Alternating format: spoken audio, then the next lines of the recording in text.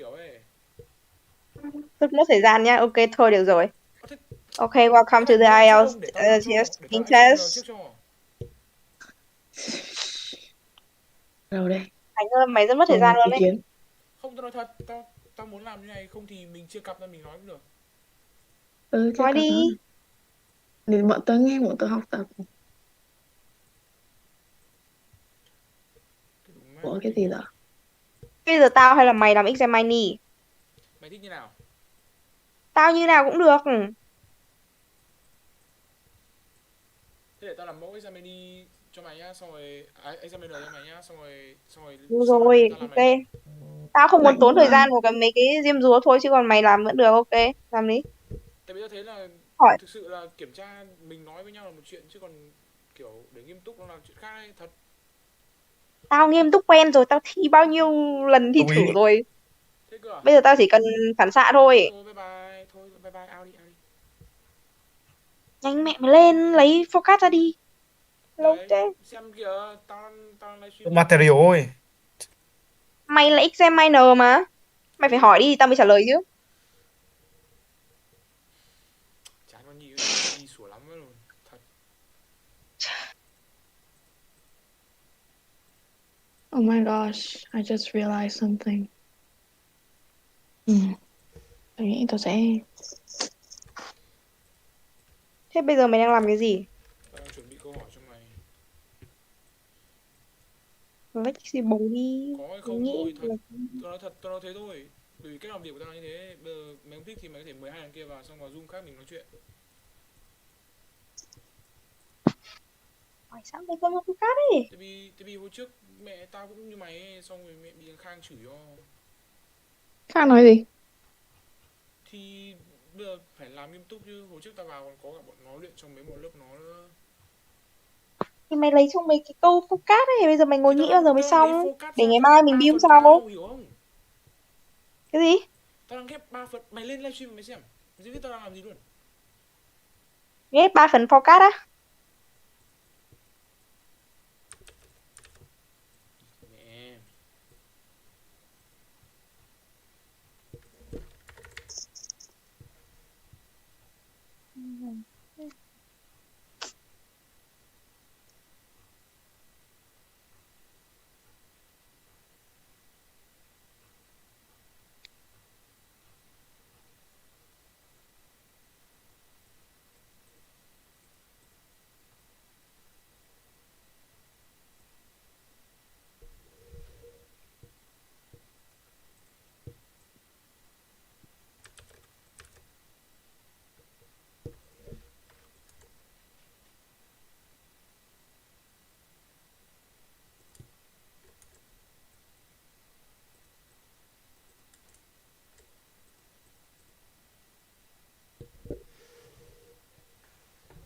Bắt một là 2-3 chủ đề liền.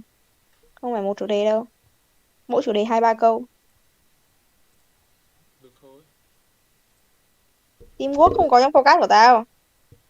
Địt mẹ mày. Đây, tao làm exam mini cho. Mày thích làm gì làm. Mày Buồn bị cười. mất thời gian ấy.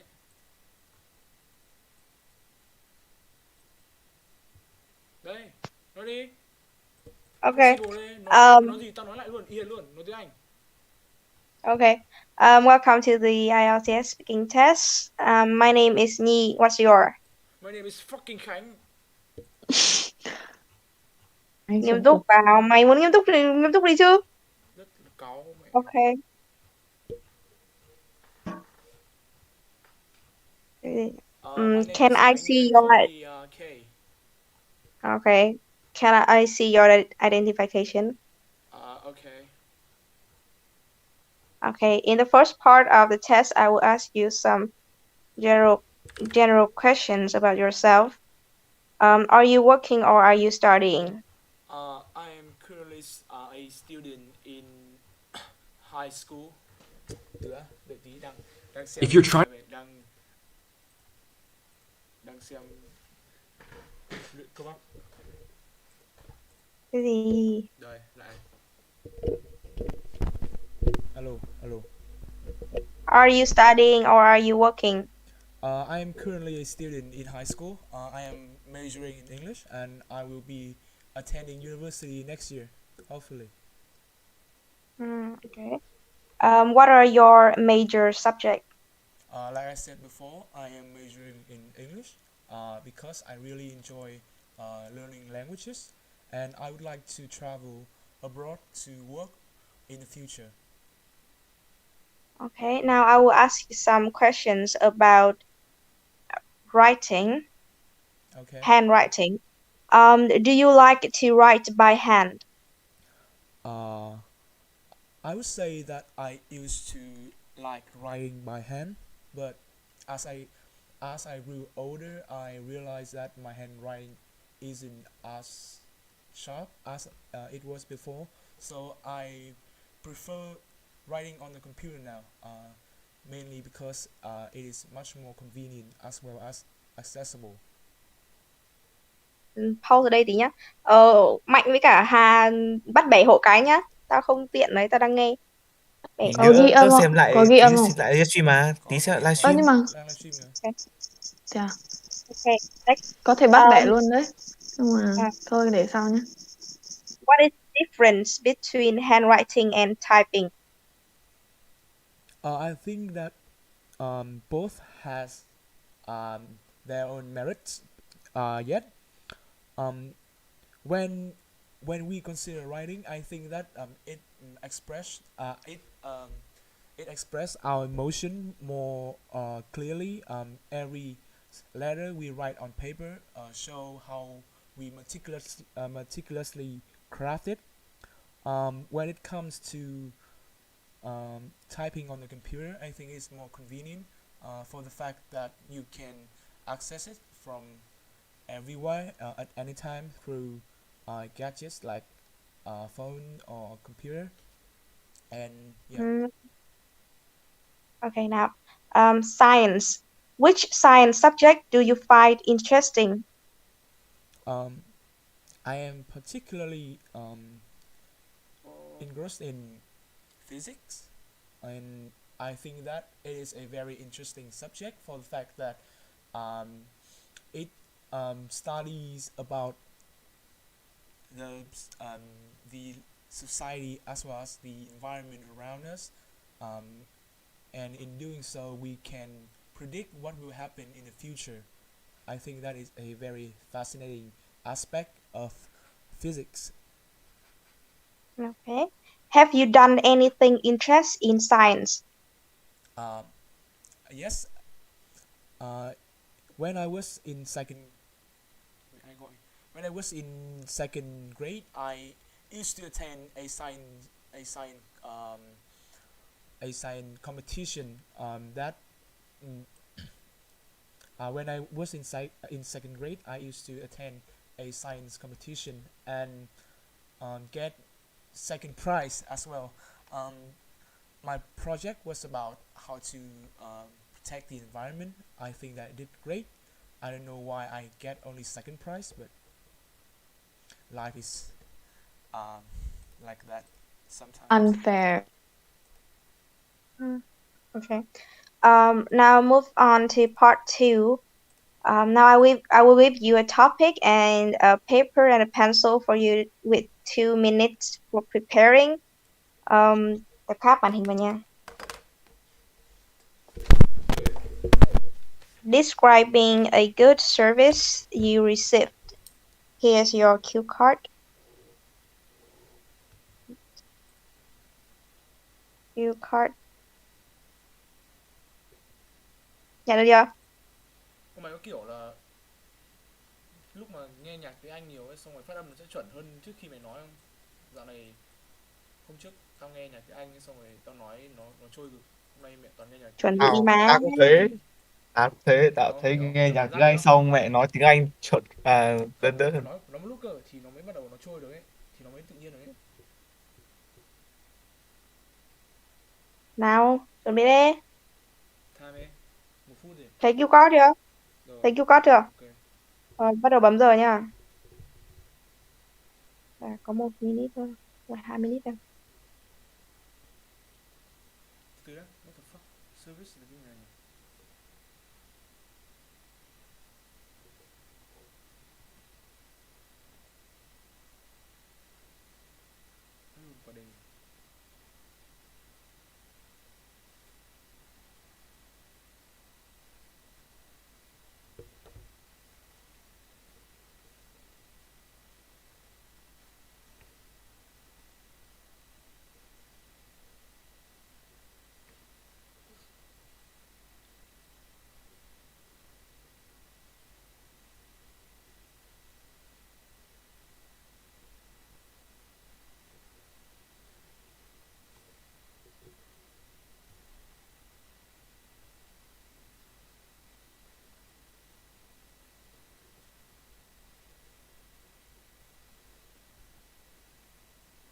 Okay. Your 1 minute is up. Now you have 2 minutes for speaking. Alo bạn So ơi. bây giờ hay là ông Bùi của tao 2 giây đấy à? Không. So I have been through many um, services in the past. Yet the one that struck with me the most was a massaging service when I went on a tour to Sapa. Um, um, it was on a hillside on a mountainous area in Sapa, and I went there on a cold, rainy day in winter with my family. They arrived late, so I started going into the tub with my brother first, and then we started, and it was the first time we have ever went to a service as public as um, this one. So I was really nervous and and as well as really excited as to what will come um, when what will happen. And so then the massage, they came in and they performed some procedures, and I think that the service itself was not really, the massage itself was not really up to par with the experience I heard from other people, from my friends. Yet the thing that really hit me was how friendly and how meticulous um, the serviceman was to us, and he always gave us a pretty smile, as well as a some chit chat on the way we complete. Fuck. Mẹ, nó nói như lốn nhỉ? Okay. Okay. Your 2 minutes up. Thôi tí nữa thì Follow-up ừ. questions. Will you introduce that service to other friends of yours? I think that I would not, mainly because you have to go to such a far distance to attend to um, um, a small attend to such a short period activity. If Mm, but if you have free time, I would definitely recommend it to anyone. okay, good. Um, Next, part 3. Is it important for companies to have a good relationship with their customers? I think definitely, undoubtedly, I think that a good service with customer, especially new ones, will leave a positive impression on them, so that they would mm, so that it would persuade them to come back in the future, as well as uh, spread the message to their friends and families about how good the service was, and it is really beneficial in terms of money, as well as adver- um, yeah, as well as advertisement. What kind of service do people expect to receive from a big company? I think that big companies, they are big for reasons, um, mainly for their reputation or their products. Um, I think that big companies, they establish themselves a brand name of sort. So um, such brand name attracts customers, loyal customers, that come back to them every time they release a new products, or they announce something that might interest uh, their customers. So I think that it is very important for them to keep up their good image, as well as deliver good service. Okay. What kinds of jobs involve coping with the public? Um, I think that the kind of jobs that involve mm, tackling with the public might be environmentally related ones, uh, such as the trash collectors, the trash collectors, or mẹ cứ bị lẫn accent nhỉ, trash collectors, or community service ones such as hospitals or nursery house.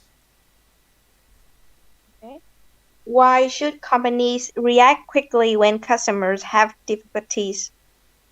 I think that companies should act as soon as possible when something goes wrong, um, because when something bad happens to a customer, it is um, not really not really it will not it will definitely not be a very pleasant experience for such person, and they would expect a good company to deliver help and as well as guidance as to how to tackle with the problem, and in delivering good in time help, they can uh, alleviate those worries of their customers, and as well as potentially cram in those new advertisement about the new products or announcement. I think that is a very uh, natural as well as very good way to deal with potential um, mistakes or anything of a problem with the consumers. Yeah. Okay. That's the end of the speaking test. Rồi đó. Ok. Nghe lại đi. Nghe lại những gì mày nói đây. Tao biết tao nói không hay mấy tại vì tao bị lẫn accent ấy. Không, thực ra thì Có cũng được. accent à? Thì cũng ok mà. Không thật. Tao trả lời Ê, Nhiều khi cậu thấy tao nói rất là hay đúng không? Nhiều khi cậu thấy tao nói là nó bị ngập ngừng ấy. Nhưng mà cái fluency của mày không ổn. Đúng. Cái nhưng mạch lạc. mà cậu đang chỉnh accent như nào cơ, tớ không hiểu. Bây giờ tớ nói một câu Lẫn nhá, kiểu accent. bây giờ tớ hay nghe nhớ, ví dụ vừa nãy là tớ nhầm accent là tớ nhầm âm T với âm D này. Ở đây có phải accent đâu. Đấy là Đây là accent ấy. pronunciation. Accent là giọng cậu nói mà. Thực Thì ra là kể cả accent thì cũng có sao đâu, accent có bị trừ điểm đâu. sẽ không bị trừ điểm nhưng mà nó sẽ ảnh hưởng đến fluency hiểu không? Nên Tao là thấy cậu The cậu pronunciation. nói hai câu khác nhau xem nào. Pronounce. Nên nào là khác nhau đối theo cậu. Như Nói massage thử nhá. nào. Massage. Massage. Massage. Cái fluency đã không đếm, tớ người sẽ ta không không nói trừ kiểu điểm âm mày ở ý, mấy tớ sẽ cái không nhỏ thế đâu. Hả? Tao nghĩ là kiểu cái fluency người ta sẽ không trừ mày ở mấy cái điểm nhỏ nhỏ như thế đâu Không, ấy. ý là tao Nhưng mà bị vấp tại vì là tao nghĩ âm, hiểu không? Chứ bình thường thì nếu như mà tự nhiên thì ta sẽ không nghĩ âm. Thì đừng nghĩ âm. Cảm ơn Hà nhá, nếu như cậu buồn thì cậu đừng có buồn nữa. tại vì thực ra thì tao thấy là mày bị fluency là ở do cái phần word use của mày ấy, mày nghĩ những cái từ nó kiểu Cậu đang nó nghĩ hợp những lý từ nhất ấy. gì đó thôi. Nó kiểu nó thật sự là rất là phù hợp để nó đúng chính xác quá ấy, mức ấy thì nó sẽ ảnh hưởng đến fluency của mày. Ý là Khánh đang bảo là fluency của nó cái gì nhỉ? Bị ảnh hưởng bởi vì nó ngồi nghĩ cái âm phát âm như nào. Ý tớ là Như thế nhưng á? cái chính mà nó gây ra cái đấy ấy, lại không phải là do cái accent Bình mà thường tớ tao sẽ không nghĩ nghĩ là hiểu không? Bình thường là nếu như mà kiểu nói tiếng Anh nhiều ấy thì tao sẽ không nghĩ. Dạo này nói tiếng Anh ít thì nó lại bị nghĩ thế. Cũng có Bình thể. thường nhá, nó sẽ tốt lên nhá. Bây giờ mày làm một Chưa đề luyện tao nhiều. tao sẽ nói tốt hơn. Tại vì là bây giờ là mình nghĩ sang tiếng Anh rồi hiểu không? Rồi sao rồi ai? Ok. Thì nhận xét đi. Đúng không thể xem lại, tao mới nhận xét được, tao chỉ nhận xét được mỗi phần fluency thôi. Rồi, xem lại đi, xem lại đi, xem lại đi. Thực ra Có điểm. tớ có nhiều cái để nói lắm nhưng mà nó trôi qua mất rồi. Đấy, Tí nữa list chúng ta cần xem nhắn lại. tin ra cũng được. Chị nhắn tin ra cũng được mà. Cái gì nhở? Ta thấy mày rất hay dùng cái cụm as well as nhá. Đúng rồi, Khánh dùng S quá nhiều ấy. Một hai câu mày lại dùng một lần. Mày muốn Nên làm thay đề khác thế không? bằng Làm lại gì? đề khác không? Hả? Muốn làm lại đề khác không? Tao làm lại đề khác không? Thì thôi, up to you. Đi làm lại đề khác đi. Tao nói đề khác đâu. Okay, fine. Thế nào ta? Phải Ê Khánh lại ơi, nha. Các cậu không ghi lại à? Chán rồi đi. Bình thường tớ nghe là tớ cũng nốt lại luôn đấy. Tự phải nốt. Nốt lại xem là có những điểm gì. Tí nữa nghe YouTube xong rồi ấy lại cũng được. Nếu mà chưa quên mất Làm đề chưa khác ấy đi, thì tao nói cho. lại nha. Ờ. Có ấy nữa không? Cái gì? Identification code nữa không? rồi. Không, nhưng mà cứ nói mấy câu bắt một đi. Chưa. Vẫn Part hỏi mấy 1 câu nha. bắt một thôi. In the first part, I will ask you some general questions about yourself. First, concentrations. What may distract you when you are trying to stay focused? I think that the surrounding environments really come into play when you are trying to focus on something. Especially now, since I am really nervous looking around, I can really focus on answering your questions. So yeah, the environment really plays a crucial role in your Ừ, focusing area. tớ hiểu rồi, tớ hiểu rồi. Đấy, hiểu chưa? Đấy, hiểu nó khác biệt chưa? Ừ. Mẹ mình Hiểu tập hiểu trung hiểu. nào. Play, Is it really? difficult for you to stay focused on something? To me particularly, I have trouble focusing on anything at all. Especially when I'm studying, I got really extracted very easily when some thoughts pop out in my head, and I must, I stress that I must get to that job immediately, or else Ừ. I will not complete or comprehend anything in the moment. Ừ. So yeah, I really have trouble focusing. Okay. Pop up in my head. Not Yeah. pop out. Cô ghi vào đi.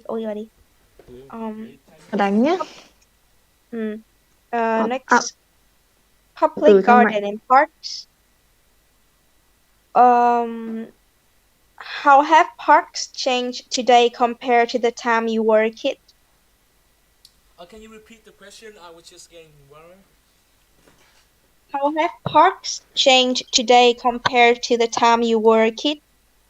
How has what? Can you repeat? Parks? Parks. Parts? You Park. mean pots or Parks. something? Park. What do you mean? Park? Okay. PARKS. So like Parks. theme park. What I do think you that mean? not really much has changed compared to in the past. I think that the main difference here today Câu này. is that they incorporate much more technology such as virtual reality and augmented reality into the theme park to give a more immersive experience. And I think that is a very good development. Yeah, a very positive one. Nice. I like this answer.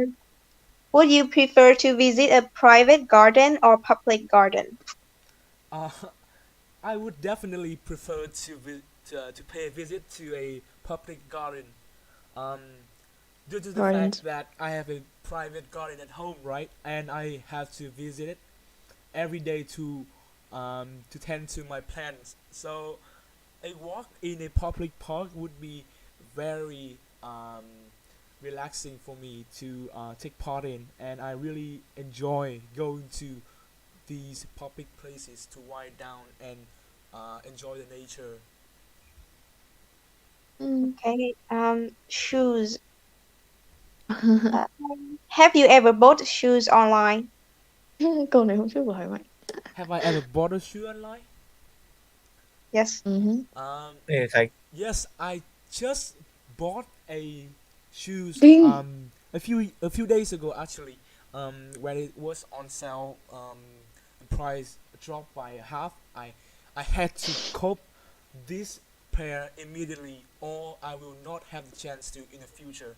And it was a really nice pair, a white shoes, very simple to go to school with, to fit with any outfit that I want to go on a date or on a holiday. A very versatile shoe, and I am really happy to have that in my disposal. Yeah. Okay. Nice. Which do you prefer, fashionable shoes or comfortable shoes? I think that in the past I would prefer comfortable shoes more because I was not very fashion forward back then. Now I realize that the look or the appearance of someone can really change all the perspective and perception of them. So so every time I shop for a new pair of shoes, I only look for the pretty one, the flashy one, not the comfortable one. Okay. In the second part, you will be given 1 minute to prepare. Okay. Here's your pen and paper. Đợi chú chọn đây cái. Yeah. Go on a date or go on vacation. Date. Versatile. Date. Date. Này đấy. Ok. Yeah. Okay, Mua thật luôn hả? Mua thật á? Đặt thật à? thật mà. Mẹ Khánh thì đúng nghề còn gì. Giày Khánh đúng nghề Alexander giày McQueen. bán kinh vậy. Đọc đề đi. Đâu đấy đâu. Describe a difficult decision that you once made. Now you have 1 minute. Start now. Thank you for your 1 minute. What the decision was in buying the shoe. Bắt đầu nha. Nghiêm túc hả? Can I do it? Làm đấy. Khánh làm hay là Hà làm? Tớ làm. Thôi để Khánh đi. Tớ đang ngồi cậy móng tay. Bắt đầu nha. Bắt đầu rồi đấy.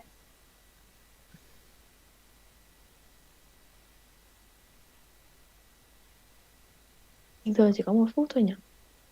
Xong bảo tao nhá.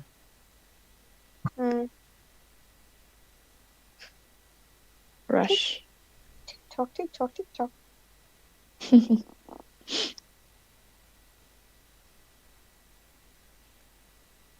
She said. How long it took to make the decision? Explain. You know, it's cute. A pace. Cái decision nào tớ làm cũng phải tốn thời gian rất là nhiều.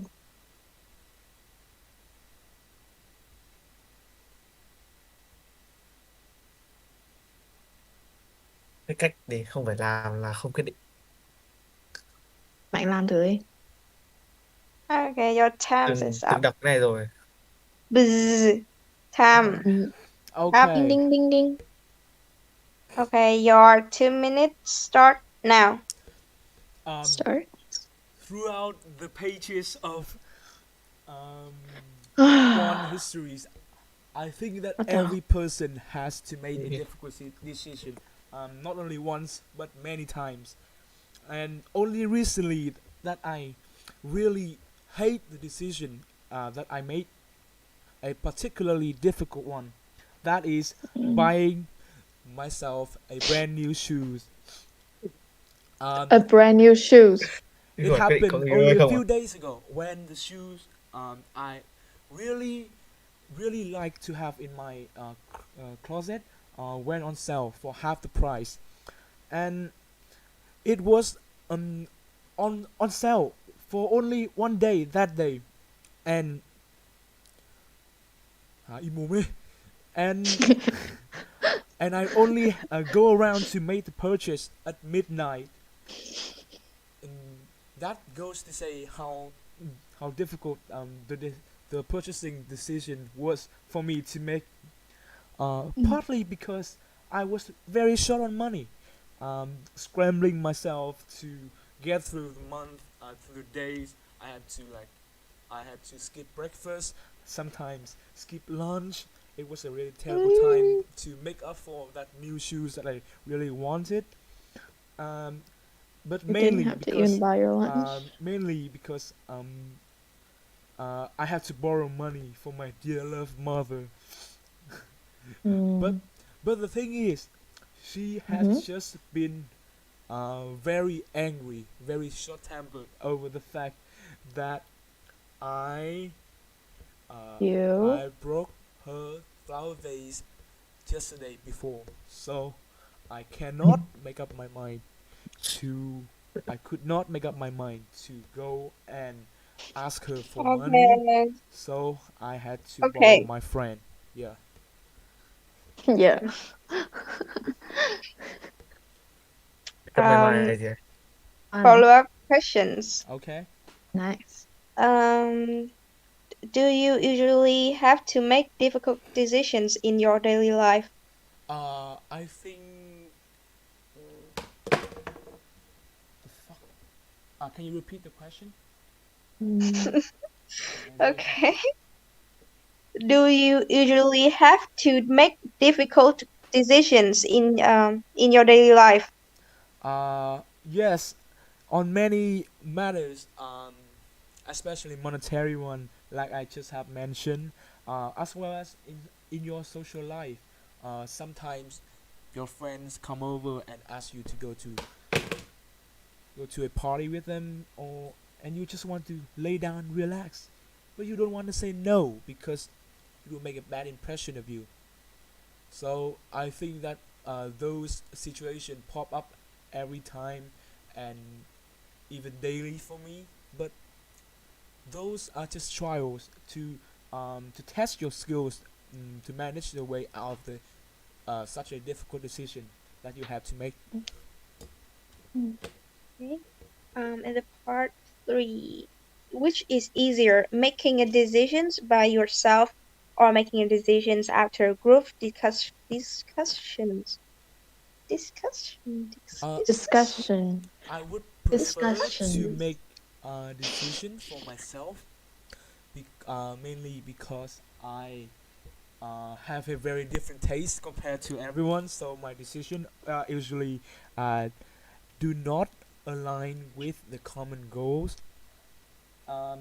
And furthermore, I think that group decision making can be a long and tedious process.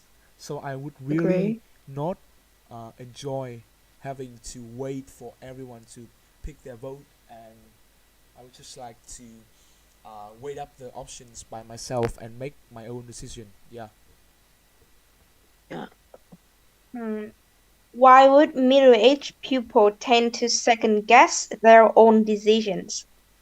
Uh, Ừm, câu này hỏi. you just said mirror age. Can you repeat that? Ừm, Middle-aged. Middle age. Middle age. Mm, I think that yeah, it's a really tough question to answer because I am not middle age yet. Yet, right?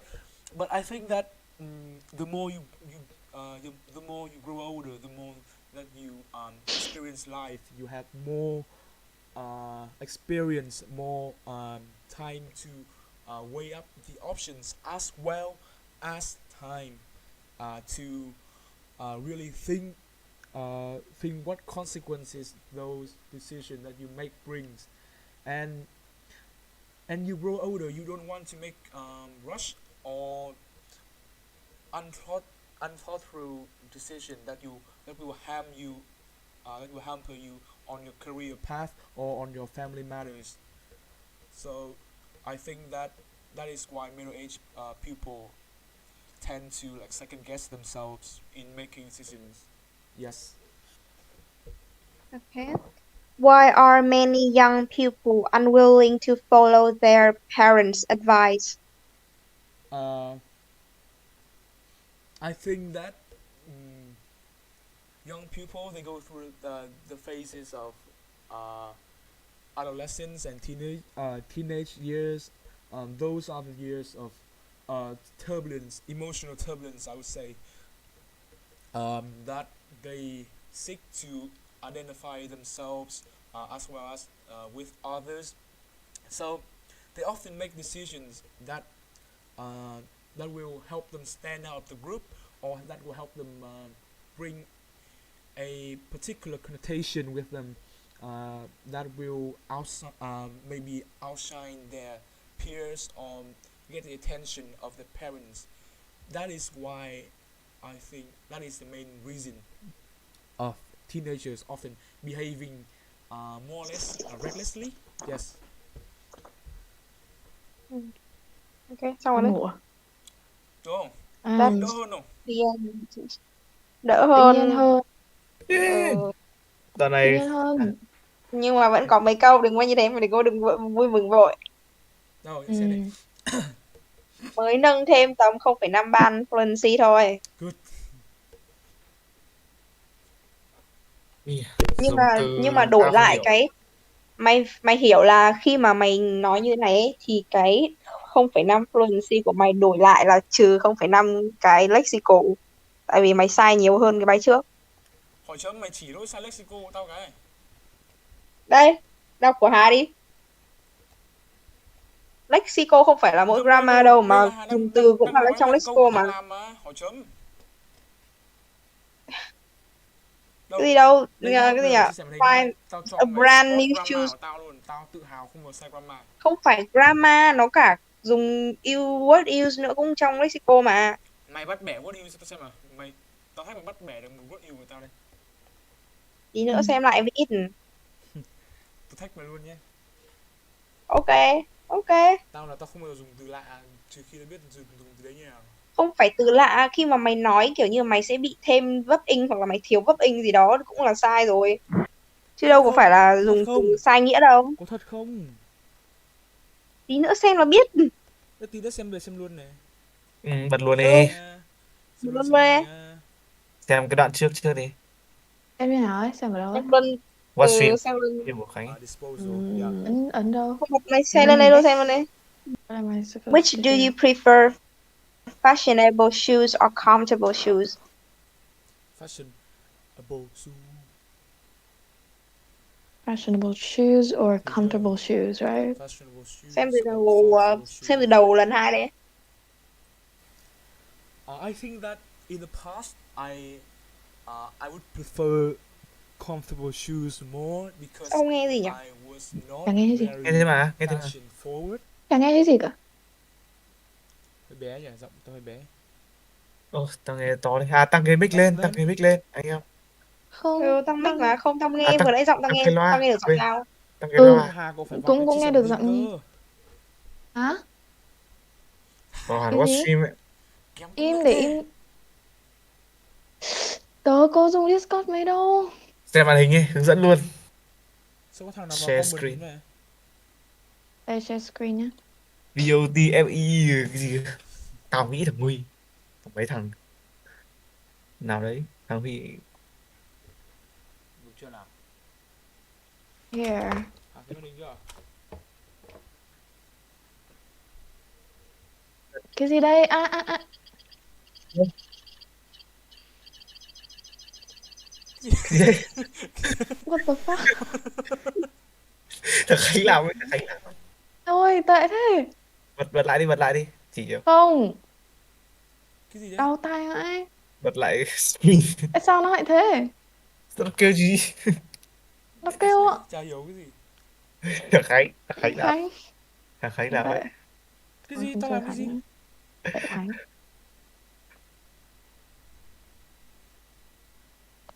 Ở đây tai nghe mà, gì là tiếng vang à? A brand new shoes. A brand new pair of shoes thì đúng. Hà đang xem à? Shoes. Đâu Đây. hình như. Mạnh có hay sai cái này. Hà đã xem đâu. Đâu cái gì? Đâu xem ở đâu? Để chuột vào chỗ Quang Khánh, xong là stream. Em stream ở đấy cái gì? Brand new shoes, không phải brand new shoe mà là mày là Đấy, cậu nói chưa? a brand new shoes. A brand new shoes. A brand new pair of shoes thì mới đúng. Đúng, thiếu pe. Gì nữa? Tiếp đi. Không thể nào vừa hỏi mày vừa bắt được, mày cứ xem đi rồi biết. Tao chỉ nhìn, tao chỉ nhớ được cái lúc đấy thôi. Tao chỉ nhớ tao để ý rất nhiều lần chứ tao không thể nào nhớ tao để ý những cái gì. Or the appearance of someone can really change all the perspective and perception of them. So So every time Sao? I shop for a new pair of Thế là shoes, chả nghe gì I cả. really a new pair of Đấy, đấy. shoes. I only look for Cái này thì pretty đúng, one, cái the trước thì flashy sai. one, not the comfortable one. Ở trong part 2 sao ấy, hình như Okay. câu đấy ở trong part 2. In the second câu- part, you will be given 1 minute to. Yeah. Go on a date or go on vacation. Thật Ở à? đây Rồi, này Lúc để- nào tớ làm. Câu nha. Yeah. Sao tao chỉ nghe ở giọng tao nhỉ? Minute start. One histories. I think that What the- every person has to make Tôi chỉ it nghe if giọng it- tớ thôi hả? Tớ nghe được mà. Ấn vào, bây giờ tớ đã nghe được rồi. Thế là 1 phút tao cũng nghĩ là tao đã viết được cái gì rồi, một tao lười lướt Insta. Tớ nghĩ là Decision. ừ. Not only once thằng Khánh but nói many chắc times. phải dùng chân And dùng bữa only để recently that I really hate the decision that I made, a particularly difficult one. Thì ở đây phải That nghe is phải. buying Selling vào đây nhá, myself selling a brand new livestream vào đây. shoes. Tôi chẳng nghe chứ. No, A brand new no. shoes. Okay, sorry. Cái It gọi happened có người only ơi a không few à? days ago when the shoes I really like to have in my closet went on sale for half the price, and it was Shoes. on sale for only one day that day, and Okay, shoes and it, im they mồm were on sale. and I only go around to make the purchase. Mày at nói mày không để biết mày midnight. nói những gì đâu, nên thế mới phải như này, That record goes lại to biết. say how. Thế mà vừa nãy tao bảo record ấy, xong có đứa nào bảo là đừng record làm gì. How difficult Ai? the purchasing decision Ai? was for me to make. Partly because Đấy, nếu mà không I có was- record này thằng Rồi. Khánh sẽ cãi là nó chẳng sai cái gì cả. Nó không sai tí nào. Việc của Nói chung là tao- lúc việc nói của thì bọn mày mình là việc của bọn mày dễ là sai. tấn công mày, tao xem tao sai ở đâu không mà để tao nhận được. Ừ. Việc Thì của- phải đón nhận cái sự phải chấp nhận là mình không hoàn hảo chứ. nhưng mà việc của tao là phải defend bài của tao, hiểu không? Đi phê chẳng có chứng cứ vậy gì cả. Không thì thế thì thực sự là như thế chứ, tại vì là mày học nhưng Tại mà sao? mày phải giữ quan điểm của mày chứ, đúng không? Như kiểu mày học toán này, có thể là mày sai nhưng mà mày không hiểu đúng, nhưng mà nên mày vẫn phải cố bảo vệ quan điểm của mày chứ, như thế mày mới học được. Tại vì cách học của tao nếu mà kể cả tao sai thì tao vẫn cãi cho nó đúng được, nếu như mà nó sai hẳn ấy thì tao mới nhận. Có một sự Ừ, mong manh giữa phải bảo chỉ vệ ra và thẳng. bảo vệ. Thì đương nhiên là nhiều lúc mày sẽ bảo vệ sai, hiểu không? Ừ. Thì như thế mới tiến bộ chứ. Đấy, Bring nó đang tự myself bảo vệ cho nó đấy. Get through the month, through the days, I had to like. Chứ bây giờ mà mày nói nhá, bây giờ mà mày nói như nào tao nghe cái đấy nhá, bây giờ sau tao thành con mẹ Bây giờ- nói của bây giờ- mày, đúng không? Skip breakfast, sometimes skip lunch. It was a really Lunch bad có bao giờ habit. phải It's like skip những đâu. người mà dành thời gian ra để really want it, mà để tranh cãi với tao nó. But You mainly didn't have to because even buy your Move lunch. on. mainly Now because have. Your turn. I have Ơi, như hồi trước mẹ to borrow money biết với thằng Đến Khang, cậu. tao thấy luyện thằng Khang rất hiệu quả. Đến cậu. But the thing is, tên tớ, có nghĩa là tớ nói á. been very angry, Tớ thấy very lạnh quá. short-tempered Tớ over rất the lười. fact that Hiểu. I broke her flower vase yesterday before, so I cannot make up my mind to. I could not make up my mind to go and Thế mà ask her for money, Okay. so I had to Okay. borrow my friend. Yeah. yeah. Yeah. Cắt mày mày gì? Follow-up questions. Okay. Nice. Do you usually have to make difficult decisions in your daily life? I think. Can you repeat the question? Đấy, bây giờ nghe được bạn này. Okay. Do you usually have to make difficult decisions in your daily life? Yes, on many matters, especially monetary one, like I just have mentioned, as well as in your social life.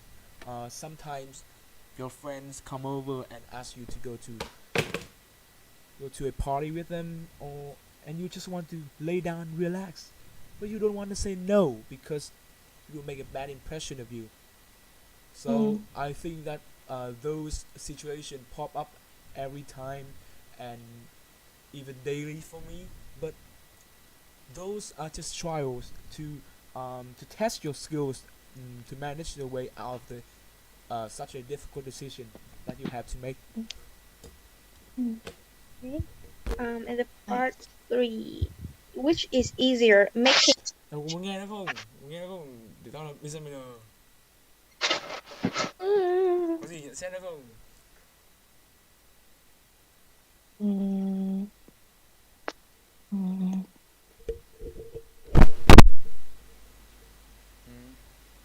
I'm gonna just save this. But, sao nhỉ? Cảm giác cậu nói rất là hứng khởi ấy. Có phải thế không? Kiểu lần nào cậu cũng hứng hứng lên ấy. Đúng Nghe chủ nghe đề. nghe nghe nghe nó cao trào ấy, không? Lúc nào nó nói nó cũng thế. Cảm giác như kiểu đang cố Thì nó gân lên để nói ấy. cũng phải có tí vai binh, Đúng, có tí phân minh. có tí vai binh mà. Không ấy gọi kiểu tự nhiên, đúng rồi. Natural. To thế. Đôi khi cô Thương cũng sửa ấy, là đoạn cuối của cậu hay bị lên ấy. Giống tớ Chắc là vậy. Anh bị chắc là sai. do kiểu hứng quá ấy.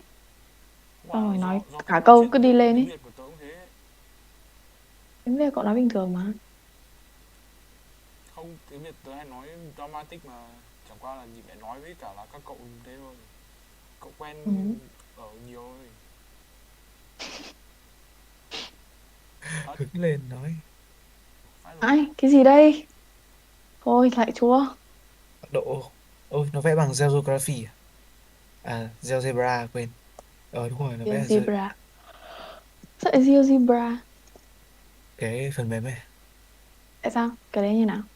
Giải thích cái đấy đi. Nó, Cái vừa nó qua phần ấy. mềm vẽ đồ, cái phần mềm vẽ đồ thị này mà. Anh nhận xét cơ mà. Cậu đang lướt mà thì đang nhìn thôi. Thế nói đi, tớ làm gì đâu, có cậu hiểu không? Đây thì tớ nhận Còn mày xét là là như examiner. thế. Nhìn có mẹ Examiner. mồm ấy. Examiner. Examiner. Cái kỳ ấy. Examiner. Lái Examiner. examiner đi Khánh. Hai nhận xét nốt đi hả? Ừm,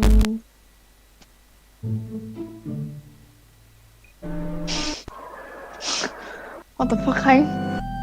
Khánh ơi! Sao nhở? Cái này dễ Thực ra vậy. nghe Khánh nói cũng nhiều rồi mà. Nghe Khánh nói nhiều rồi. Chỉ là nghe phản xạ của Khánh nói như nào thôi. Khánh nghĩ ok thôi. Không có gì mấy ngoài mấy đoạn nói sai về cấu trúc, sai về từ, hoặc là sai ngữ pháp bình thường thông thường thôi. Đi chấm xem Khánh quả đấy nói bao nhiêu. Chắc Nhi biết nhiều hơn, chứ em cũng Ừ. chả biết thêm. Tao có nghe cái gì đâu, với livestream tao chẳng nghe tiếng gì cả. Tí nữa tao xem lại sao. Ba rồi. Tôi nghĩ Thế đéo rủ con Nhi vào ok. truyền. Không giúp ích được cái gì.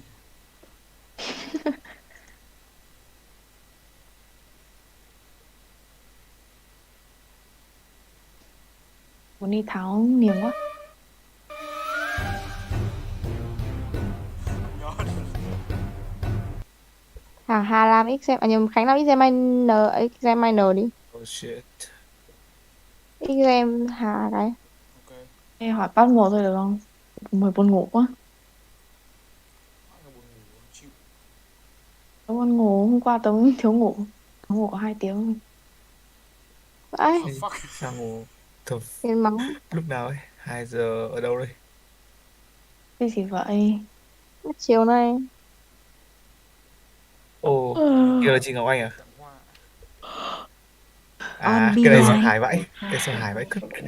Sao hài lắm. Mấy lần này dậy. Nó bật mic lên à? Cái sao hài vãi. Nó bật mic lên à? Ừ, nó bật mic là nói. Xong đoạn cuối bọn bạn bảo ôi bạn Hiếu chia tay cô ạ. Tim của hai thằng ác, Sao hay? anh nói gì không? Nó khóc. Ôi, từ từ nghe Bỏ xem anh. nào. Đây là cùng lớp với mình này, lớp 12 à. Ừ đúng rồi, đang học về máy điện này. Để sống như thế nào nữa? Nghe tiếp đi. Cái trò này em đúng đi. Nhưng mà em vừa cưới anh rồi còn gì. Từ từ, Em muốn có cảm xúc của từ anh xem nó từ như đầu thế ấy. nào? Muốn chia tay là chia tay được. Vừa, vừa cỡ em. Vì chỉ có em mới được mặc cái áo đó. Không phải ai khác hiểu không? Hay quá. Anh là romantic. Anh N Hiếu là bạn nào? Bạn Nguyễn Hiếu cô ạ. Nào gửi chia tay Mạnh cô đã ạ? gửi hiếu trái. Hay quá. Mạnh gửi hiếu trái. Ừ, đúng rồi. Thiếu. Nguyễn hiếu của. Gãy đi, sao không gãy? Sao không gãy như cái cây lúc trước đi? Ôi giời, gãy đi này. Đây, gãy đi. Wow.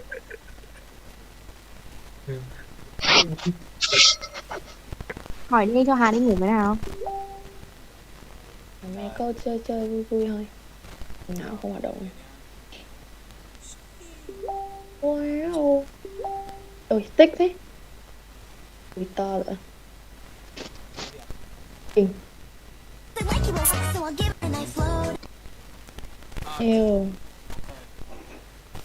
Alo, Đây, ai hỏi đấy? Đây là câu hỏi anh nha. bị hỏi này. Đang tìm. Không nghe Welcome to thấy. the IELTS speaking test. Let's come to part 1. Ai? Now Nice to I'll meet ask you you. some questions about headphones. Do you use headphones? Ở đây. Um, I do use headphones. Really, quite frequently actually because gì nhở? Oh my god, hỏi lại đi được không? Do you Từ từ. Nghiêm túc use nào, nghiêm túc headphone, nào. the thing you put on your ear to listen to music? I know what it is. Okay, headphones khác với earphones đúng không? Okay, do you Yes, do yes, headphones, you want to answer headphones. the question or not? Yes, I do want to answer the question. If headphone is the case, then I don't think I use headphones that much. I tend to use earphones more frequently because it fits better in my bag and it's more convenient. You say about earphone. I think it is a type of headphone. What type of headphones do you use? Can you elaborate on that? Well, the types of headphones I use are the cable ones, the ones with cables, because of course there are plenty of other state of the art. Is that the state of the art and more, efficient ones, developed ones, but as in AirPods and such, but I tend to use these cable-like ones because they are much more convenient and they do not need to be charged as well. Okay, so when would you use headphones? I would often use them whenever I need to listen to some sort of radio program or, listening to the news on YouTube or any other devices, or just simply talking to my friends or listen to music in my spare time. Talking to the moon. In what conditions would you not use headphones? Well, I believe in special conditions or like day-to-day conditions, like when you have to attend a meeting or a conference. I think it's best to put down your earphones and start focusing rather than, tend to your earphones too much. Other times when you are not allowed to use your earphones, such as in classrooms or in during the test.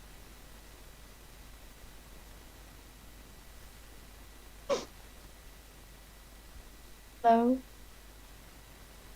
Ghi đang rất tin nhắn. hello. Okay, so Ừ.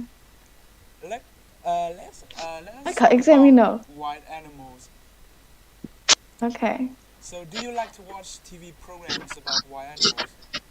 I do love watching wild animals. I watch them every day, to be exact. Okay. Yeah. I feel like learning about wild animals is really interesting, and it's fun to get to know other living animals that are different from human beings. And yeah, I think it is a fun experience. Okay, so did you learn about wild animals at school? Well, we do get to learn about wild animals at school. In what is it? What is it called? Biology? Is it biology?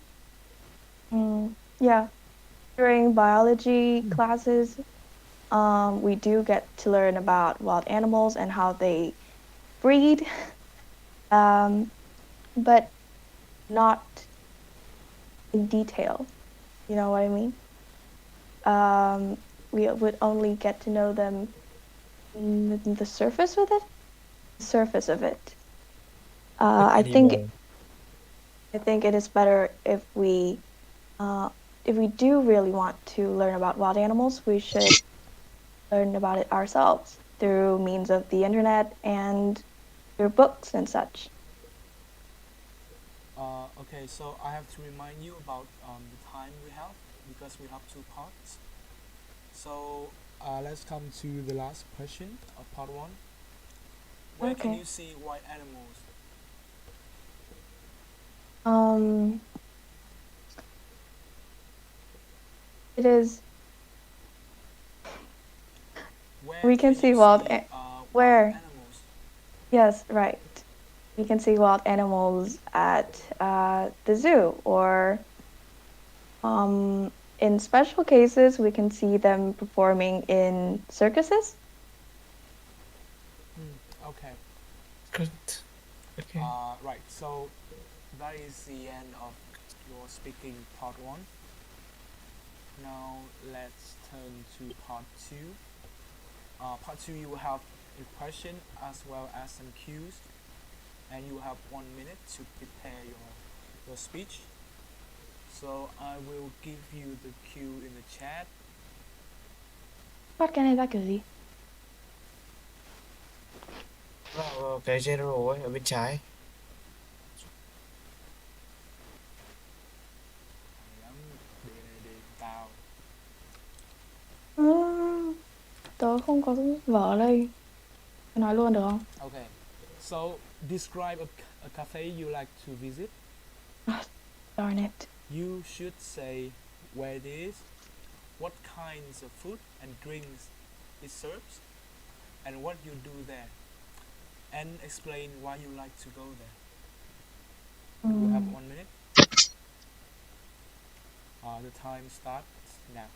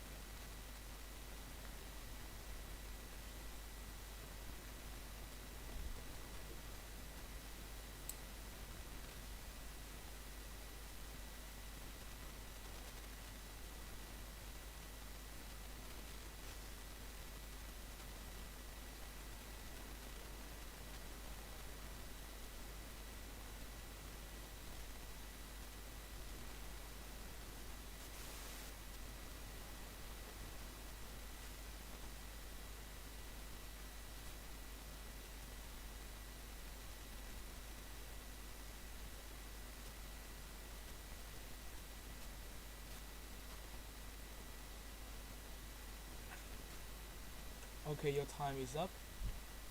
Are you ready for part 2?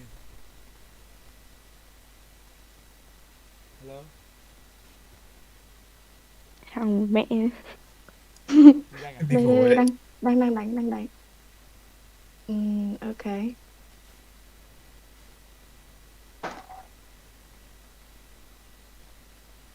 Thực ra chưa đến đây bao giờ, tôi kệ vậy. Okay, chưa? Okay, you can start your speech now. Well, cafe I would like to visit. A very interesting question because I'm not a very outgoing person. But of course, I do have my places of interest, and one of which is the Crush Rooftop Cafe, one of the most famous places in Laokai for teenagers as well as adults alike to come around and gather.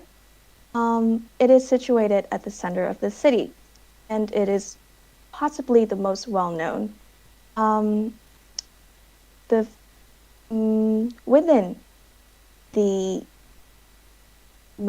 within the menu, there are a variety of different foods and drinks, but mainly there are a locally sourced menu of delicious treats as well as drinks, including the basic or the basic juice, including lemonade, apple cider, and as well as coffee and etc. When visiting the place, we are able to enjoy the great view from above, as well as inviting friends to hang out on special occasions, or just a place to meet up with close family members on special dates. And the thing I love about this rooftop cafe is that it offers a really wide and expanded space for many people to come. It opens to every member of the public, and that people can interact and get to know each other more. One more special thing about this place is that I had the time of my life because I get to bond with my friends and family more. That's it. Okay, so before moving on to part 3, can you tell me about some of the occasions that you went to such cafe? What The are occasions I went. occasions? Oh, right. It was probably after we had dinner, possibly during Lunar New Year, and it's just a get together kind of a thing, and we just sort of enjoy the moment together. Okay, so let's move on to part 3. So I will ask you some questions, and you have to answer immediately. So, Immediately. yes. First of all, do Vietnamese people like to drink coffee? Well, I believe they do. It is our most popular drink, and it is also very well known by a lot of foreigners as well as Vietnamese alike. It brings about this special flavor that kind of reminds everyone about the origins as well as the roots of Vietnam. And it also brings this feeling of how Vietnamese people yearn to provide urine to grow these types of drinks. So why do you think many people like to drink a cup of coffee before work? There are many reasons for them to drink before work. The first of which I believe is to get this kind of more gì nhỉ?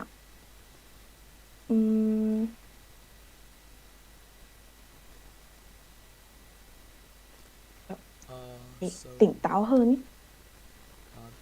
to be more awake. Cái kiểu Energize. Okay, so what Okay. kind of people would you like to go to a cafe to work or study? What kind of people would like to go to a Would cafe like to- to study or work? I think more introverted ones, and I believe cafes and quiet places are the most suitable for them because they get a place to finally get in the zone of them working, and I believe it is the most efficient way as well. So why do young people like studying in a cafe instead of at their home? In my perspective, I think studying at a cafe brings about the atmosphere. They get to have a place where they can finally focus on something. They can concentrate on it without being distracted by their environment, which a lot of distractions are placed within the home itself. Okay, that is the end of your speaking test. Thank you for going to ILBC. Okay. Okay. Like what? Ok, xong rồi. Hey guys. Rồi nhá. Thì mọi người muốn nói gì chưa? Hai anh kia người mẹ.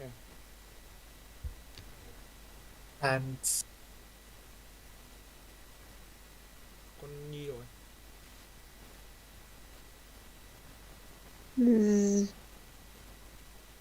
Thì là Cái gì nhỉ?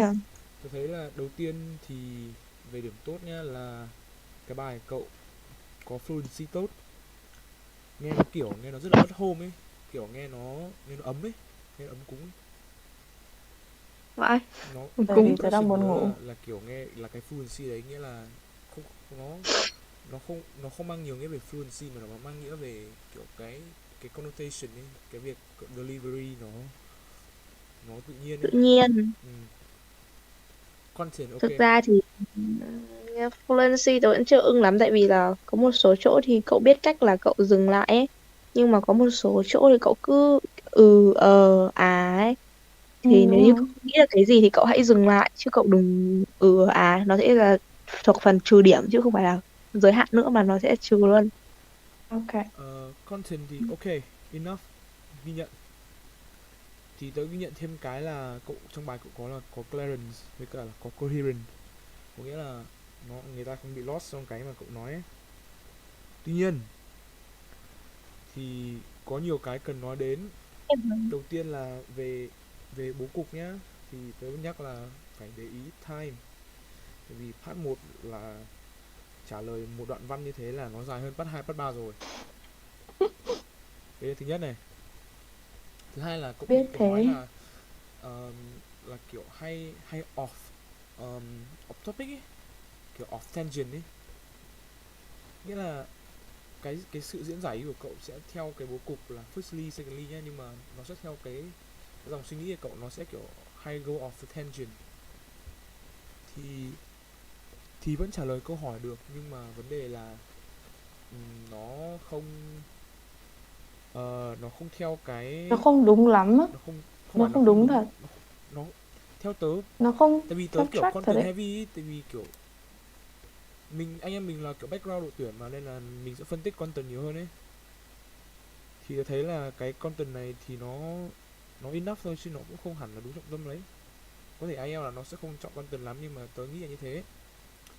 Thứ ba là về cái về về fluency nhá, thì như Nhi nói ấy, thì cậu có khoảng trống, nghĩa là cậu có gap between words. Không biết là cậu kiểu nghĩ từ hay là cậu nghĩ ý hay là nghĩ cách diễn đạt như nào, nhưng mà nó vẫn có gap, hiểu không? Có nghĩa là có một đoạn mà ở part 2 là cậu dừng rất lâu, thì bình thường thì tôi nghĩ là người ta sẽ ngắt đấy, bởi vì là người ta nghĩ là cậu không nghĩ được gì nữa ấy. Về word use nha, thì thế là ok, thì cậu dùng mấy từ C1, occasionally C2, mà cậu nên để ý là cái linking words thì lên kiểu lên đa dạng hóa, lên diversify, kiểu thì mình dùng những cái diễn đạt khác nhau, như kiểu là thay vì nói in my opinion, hoặc là hay bị nói in my I believe suốt, hay bị nói first of all suốt, có thể to begin with, mấy cái từ mình hay dùng ấy, line of reasoning chẳng hạn, đúng không? Thì cái linking word thì nó đang bị lập giữa các câu hỏi, tớ để ý là thế. Thứ hai là thay vì dùng từ thì tôi nghĩ là nên dùng nhiều idiomatic expression hơn. Mấy từ C2 kiểu thi thoảng mình cách ra ấy, mình dùng 1-2 từ thôi để cho nó nhấn mạnh ấy, và thường Đấy mình là cái nên lỗi dùng, đội tuyển đấy. Tôi thấy đội tuyển toàn dùng như thế. tại vì là C2 ấy, thì mình thường lên dùng vào cái adjective ấy, mấy cái tính từ hoặc là mấy cái trạng từ cho nó làm nổi bật lên ấy. Tớ đọc ở trong cái phần miêu tả bảng điểm ấy thì nó không phải là sử dụng những từ nâng cao đâu, mà là sử dụng những từ hiếm hiếm dùng. Sao ra? Dùng á? Kiểu, Thì hiếm dùng Hiếu dùng kiểu thì là biết kiểu gì. nói sợ ý, sợ giám khảo không hiểu gì ấy. không phải hiếm dùng mà kiểu như là ít ai sẽ dùng trong cuộc sống kiểu sinh hoạt thường ngày ấy, What the chứ không fuck? hẳn là dùng những cái từ nâng cao như là kiểu mày dùng trong writing hoặc là dùng trong C1, C2. Hai cái đấy Với Nên anh là đều câu là hỏi về không một hiểu tiếng Anh. phạm trù giống nhau mà. tao không, nhưng mà kiểu người ta phân biệt rõ lắm ấy, tao chỉ kiểu generalize cái ý đấy thôi, chứ còn Tao tưởng người ta kiểu phải kiểu quan phân biệt trọng là hẳn ra dùng đấy. dùng đúng từ, chứ sao lại quan trọng là dùng từ lạ nhỉ? Dùng từ lạ thì là À, chuyên không, gia đương của nhiên là tao phải, đấy. ý là Không phải dùng đúng đúng rồi. đúng từ, đương nhiên phải dùng đúng từ, nhưng mà ý bảo cái nâng cao từ ấy thì chúng mày sẽ thường sử dụng những cái từ mà kiểu Kiểu nói mà formal không ấy, ai hiểu ấy. Dùng từ mà nhưng mà không ai hiểu ấy, dùng từ formal đúng không? Nó nhưng gọi mà là jargon, có nghĩa là dùng mấy từ kiểu nó nó văn technical viết quá ấy. đúng không? Nhưng mà cái bảng cái miêu tả chấm điểm của nó thì không phải là dùng những từ như thế, Thì mà đấy, là dùng đấy, thì tao nghĩ kiểu là nó kiểu idiomatic hơn đấy đúng không? Kiểu nó nghĩa là văn ờ văn văn phong đấy. nói hơn đấy, kiểu nó idiom hơn đấy đúng không? Chứ đừng dùng mấy cái từ mà nghe tôi chả hiểu cái mẹ gì cả. Trời, Đấy thì Uầy, nhưng mà hiếu dùng thì có hiểu đó. không phải hiếm dùng, ý là nói chung là kiểu như thế ấy. ý Xong là rồi kiểu người ta bảo là nếu như mà mày dùng cái từ gì mà kiểu nó mang tính definition quá ấy, thì mày phải giải thích cái đấy ra, kiểu hiếm tại dùng, ví vì dụ có nhiều giám khảo tao không hiểu. như là trước cái Hà nó ghi cái câu gì à, snow under something ấy đúng không? Đấy là hiếm dùng đấy. Ừ. Đấy, Đấy gọi là kiểu bình thường ngày thì mình sẽ chả bao giờ dùng cái đấy cả. diễn đạt thành Dạ ngữ vâng, hiểu dạ. không? Idiomatic Ừ. expression đấy, nó hiếm, với cả nó hay dùng trong văn nói, thì mình lên lấy cái đấy thay vì mấy cái từ C2, như kiểu là Ừ. engross in riveting chẳng hạn. Ừ. Nhạc ấy, tính nhạc, văn học. Đấy, Ừ. ok thôi, thế thôi. Thế tôi sẽ chấm cậu Tớ nói nhá, 8, có thể là picky, có thể 7.5, tại vì là tôi thấy tớ nói là nhá.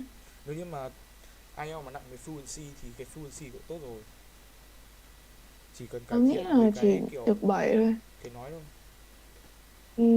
Hôm trước có cái câu headphone ấy là Mạnh hỏi tớ rồi. Hôm nay tớ hứng hơn. Hôm nay tớ buồn ngủ quá. Tớ nhìn chằm chằm vào một chỗ ấy. Tớ chả nghĩ gì cả. Tớ cứ thế tớ nói ra thôi ấy. Buột mồm tớ nói ấy. Thế là phải Chứ luyện như tớ thế không mà, không nghĩ gì kiểu hết. kiểu luyện phản xạ ấy, kiểu nghĩ phát nói luôn ấy. Nhưng mà nói chung là tớ không nghĩ mấy ấy. Kiểu nó đến đâu thì đến ấy. Nãy tớ nói là như thế. Tớ nhìn một chỗ thôi ấy. Nhưng cậu không công tâm đúng không? vì muộn quá rồi. Tôi muốn ngủ. Tớ công tâm cậu thế cậu không tâm. Ok, để xem Tôi muốn livestream ngủ. nhá. Xem. Thì tớ cắt cho mẹ riêng cậu một phần luôn. Hoặc cái chấm. Thế con Nhi với cả thằng Mạnh có làm không? Cái gì? Muộn như này có làm Lần không? sau nhá. Không, không, không, không, Lần không. sau. Hôm trước Mạnh hỏi tớ đúng câu đấy Tao rồi, nhưng tớ trả lời kiểu khác. Tớ trả lời khác cực. Next time. Mạnh có làm không? thôi lần sau nhá. Tao chưa sẵn sàng. Thử đi, Thì thế là chưa thử sẵn ván sàng một cũng nhá. phim nghĩa rồi. Thử Chưa ván sẵn một không? sàng. Chưa sẵn sàng. Ván xong rồi.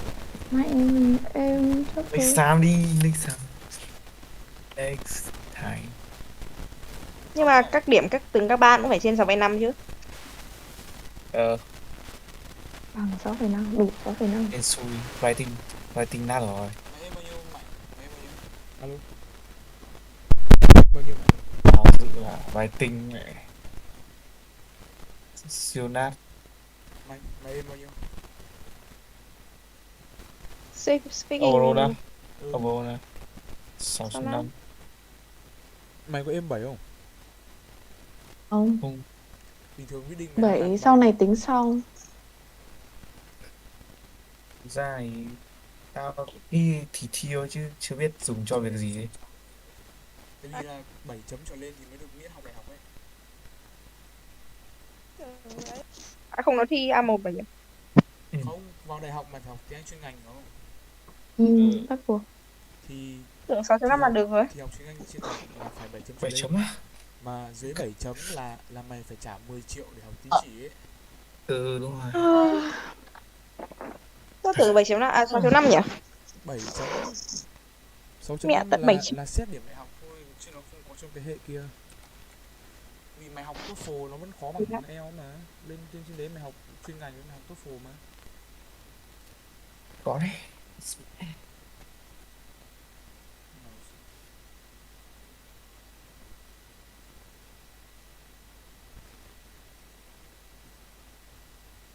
Đúng không?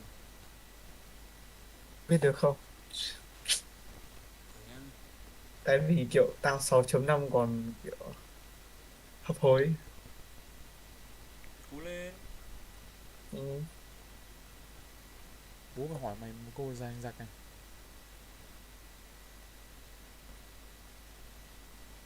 Đây là đề forecast thật á, sao lại có từ này nhỉ? Hỏi đi thế nào. Đọc lên đi, tớ không nhìn thấy. Yes. Tại sao trong forecast lại có từ này? Tớ không nhìn thấy, cậu đọc lên đi. Courageous deeds. Là những Đâu? việc courageous. Thế là những đứa kiểu ban 5 chấm 6 chấm thì sao mà hiểu được? Hiểu không Mạnh, hiểu không? Từ nào? Chắc không hiểu rồi. Courageous À courageous. Không. Là Courageous thì là Kìa đây. lần trước. Courageous là gì nhỉ? Đây. Chúng mày thực ra thì cái này chỉ là forecast của IELTS online thôi đấy. Nếu mà muốn forecast chuẩn thì phải đến tầm giữa tháng khi mà mọi người thi được một số lượt rồi ấy. Thì đề nó mới ổn định. Chứ còn cái forecast này chưa phải forecast chính đâu. Vai, bọn tao thi đầu tháng. Mẹ, em mình chuột bạch rồi. Thì đấy, thì đầu tháng đề nó chưa Anh ổn nghe định. chụp bạch thật. Mày thấy cái hồi tháng 9, tháng 10 ấy, khi mà đề writing của quý 4 của năm nay nó toàn vào cái đề kiểu government với cả policy ấy. Tự nhiên đến cuối tháng thì nó lại ổn định về cái đề kiểu education. Nó dễ hơn hẳn rất nhiều luôn ấy. Thường thì đầu tháng nó sẽ bị Hôm trước hơi Mày khó. điên. cô thằng Nam hỏi tao bao giờ mày thi? Tháng 1 mày chết rồi, tháng 1 đề khó vãi cứt. Tại vì nó đầu Nó quý. xoay đề.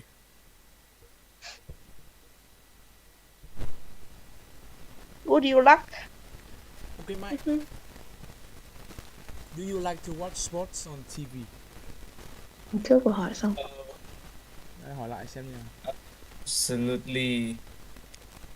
I am a person. I am a sporty person, so I will like to watching sport and especially football. Okay. So do you play any sports? I play many sports such as football, table tennis or badminton. And okay, yeah. Nói So, gì nữa? do you have a favorite sports star? Oh, Or to Sports many star. people, many people talk about sport stars. They always refer to maybe Messi or Ronaldo, but but my favorite sports star maybe is in the other sports. It's in table tennis. I really like a Chinese player. He's the best player, and he's Ma Long. Okay. So, what is hỏi nữa không? the most popular sport Yes. in your That's all. country? Cái gì nhỉ? Thực ra thì tao cảm thấy là mày có thể đi từ cái base hơn. Mày chưa nên vội cái phản xạ lắm. Tao lúc trước cái thời kỳ đầu tao ôn cũng thế. Ở cái level đấy ấy. Ghê nhỉ? Thế mày lên ban phết rồi đấy. Bây giờ tao lên ban 7 rồi tao mới ôn cái kiểu này thôi, chứ trước đấy tao ôn base trước. Tao ôn lên 7 xong rồi tao mới ôn cái kiểu dạ. Mày có thể thực ra tao có một cái tờ mà kiểu thường thì part 1 nó sẽ ra một số loại câu hỏi mà nó rất là điển hình. Ví dụ như là mày có thích cái này cái kia không? Mày thấy giữa cái này và cái kia mày thích cái nào, thì nó sẽ có những cái kiểu câu hỏi như thế ấy. Thì mày hãy set một cái mindset kiểu mặc định để trả lời những loại câu hỏi như thế. Gửi đi nhỉ? Gửi đi. Người Tao đi đúng không tao không có, tao chỉ tự viết ra thôi. Chứ còn mày phải tự phân tích ra, tao chỉ liệt kê ra thôi ấy. Liệt Đây kê nhá. những cái loại này ra đấy. Tao hỏi mày thêm một câu nữa nhá, để tao nhận xét xem như nào. Câu nào nó khác khác tí. What kind of sports would you like to try in the future? Oh, maybe there are many interesting and amazing sport that I want to try. Um, is a thing. Shoot. Để nghĩ. Ok. Mày thử dùng cái peer tao vừa bảo đi. Point, example, reason. Tao nghĩ là như cái Nhi bảo ấy thì có nghĩa là mày đang không biết là nói như nào. Ừ. Thì tao nghĩ là nếu như mà dễ nhất ấy mà để lên ban nhanh ấy thì mày lên học structure như cái Nhi bảo ấy. Mày thử nói lại cái câu vừa nãy nhưng mà theo cái mà tao bảo đi. Ví dụ như là nói tên cái môn đấy trước là gì, chơi như nào, môn đấy chơi như nào và vì sao mày chọn môn đấy đi. Cái peer mà tao vừa bảo ấy. Tao nói như thế rồi nó. Okay. Oh, the sport I want to try is ice hockey. Okay. Why? Why That you like to that try? is Được nhá. that is Trước nha.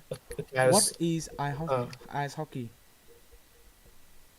Trò ice chơi như hockey. nào? Ice hockey, the sport play in on the ice Ừ, and rồi. Đấy là một ý nhá. okay. Nó nổi tiếng hoặc nó miêu tả nó như thế nào? Kiểu mày có thể Có nói hoặc là cái gì là đấy. there are two team đúng không? Hai đội đấu với Uh, nhau. Teams with hockey Ok.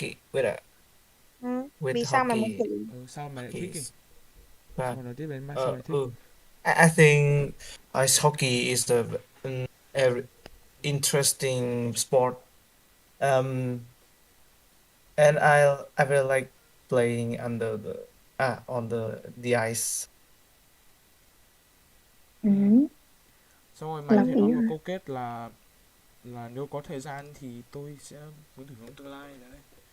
Ah, Kiểu if I If had I have if I have a time, chance, I will definitely, I will, maybe definitely chưa? biết rồi, definitely Try play it, in the future. do it in the future. Try in Đấy, the future. thế thôi. Try it Ừ. out. Try it out. Đấy. Nếu như mày trả lời nhiều nhiều lần theo cái cấu trúc đấy rồi mày sẽ quen thôi. Cái tư duy mày sẽ theo cái lối đấy luôn. Thế là anh nói đến cái gì để anh giải thích luôn cái đấy nó là cái gì luôn đi. Ok. Kiểu mình chuyên đến lĩnh vực đấy mà. Anh đổi câu hỏi thành cái gì mà anh quen thuộc nhất ấy. Thì những cái đấy anh sẽ dễ nói hơn. Ừ. Ví dụ Cái câu gì gần nhá. gũi thôi. Làm theo cái đấy. What is your favorite fruit? My favorite fruit is the watermelon. And Được. Giải thích. Why? Why? Cứ thế. I think watermelon is very juicy and It cools me it down. is a good choice to eat watermelon in Summer. summer. Thế thôi cũng được rồi. Tầm 2 câu Thế cũng thôi. được Thế rồi. là ngon mà. Thế là có tiến bộ thôi. Kiểu nói xong giải thích. Thế thôi. Thế thì gì? Nói thích. Yes. Khánh thì nói câu này thôi nào. Đâu, câu gì nhỉ? What's What your is your favorite favorite? fruits? Nói theo kiểu này nhá. Thì cái mẫu như này là I like many different kind of fruits. Tôi thích rất nhiều loại quả khác nhau đúng không? Đúng rồi, nghe giống văn mẫu vậy. But Nhưng mà quả however tôi đi thích cho nhất là dài kìa. However, I really enjoy eating watermelon. Đấy. Thay vì nói là I like eating thì enjoy eating đi cho nó đấy, khó. mày hiểu không? Cái câu mà what is your favorite gì đó hoặc là do you like gì đó, nó là một cái câu hỏi rất là typical trong IELTS và sẽ có những cái phrase kiểu như là I am a big fan of hoặc là I am really into thì mày có thể học thuộc luôn, tại vì kiểu gì mày cũng sẽ vào mấy cái câu đấy. Được thế. Kiểu như là thay vì I like watermelon thì mày nói là I am a big fan of watermelon hoặc là I am really into eating watermelon. Kiểu vậy. Ok. Đấy. Xong mày giải thích ra là mày có thể nói vớ vẩn như này là I like eating watermelon because I like the color red. Đúng. Đấy, thích màu đỏ. Thế nói thế được mà, nói thế được mà. Người ta có ấy đâu, người có judge mày đâu. Xong mày bảo là có rất Thế ít loại còn quả sáng có màu tạo. đỏ chẳng hạn đúng không? Màu đỏ là màu lucky của mày chẳng hạn. Because red is my lucky color. Lucky color and My lucky charm. Lucky strike. And I like the taste of watermelon. Sweetness. Juicy. Watermelon thì I eat watermelon before I have test in order to have high score. Xong câu kết là đấy, câu kết là như thế. Hoặc là I eat watermelon after dinner every day. Đấy, xong rồi. Cái gì? Không, có rất nhiều loại quả nhưng em thích nhất quả này. Tại vì quả này nó có cái thứ này mà em thích. Vì thế nên là em ăn nó hàng ngày. Đấy, đúng không? Đấy, point nó theo như Khánh nói sẽ là point này, reason với cả result. Point, reason, result. Okay. Thử nhá. Thử câu khác nhá. Okay. What subject do you like? Cái gì cơ? Một đứa nói thôi. What subject do you like? Rồi. Okay. There are many there are many subjects. Cứ nói thôi, không sợ sai. I am a student major in chemistry, but I enjoy studying English because English is very is a very interesting language. Um, every every movies I watch is Is English đấy, nói thiệt is kìa. English. Is English là được đúng không? Được. It's in It's English. in English, and my dream is to go abroad. I go to another countries, another English Đấy, country chuẩn to đấy, đấy get chuẩn my. form ấy. English. Rồi đấy, Đấy nha, đây. có rất nhiều môn nha, hoặc là tôi chuyên hóa mà tôi thích học Anh nhá. Tại vì có rất nhiều bộ Thế phim rồi. tiếng Anh, bởi vì đây là ngôn ngữ rất hay, đây là hai lý do rồi nhá. Xong rồi Ừ. kết quả là tôi muốn đi nước ngoài thế thôi, xong rồi. Right. Nó sẽ có những cái dạng kiểu thế. Thì nếu mà học thì chắc ban mày cũng lên được 6,5, 7. Nói nhiều là tăng fluency mà. Ừ, Quen. Nhiều là quen. nhiều quen. Tại I Mạnh have chưa được tiếp xúc nhiều. tao chưa nói nhiều ấy. Nói chuyện bình thường. Lúc nào mày không Tao có mày ở một mình mày cũng cứ nói thôi, kiểu ở nói cho nó ở quen. một mình tao cũng thỉnh thoảng tự nói của mình à. Tự Ừ. kỷ. tại Tao bác tại cái đợt hè chửi nhau với thằng CSGO nhiều quá tưởng nói hay.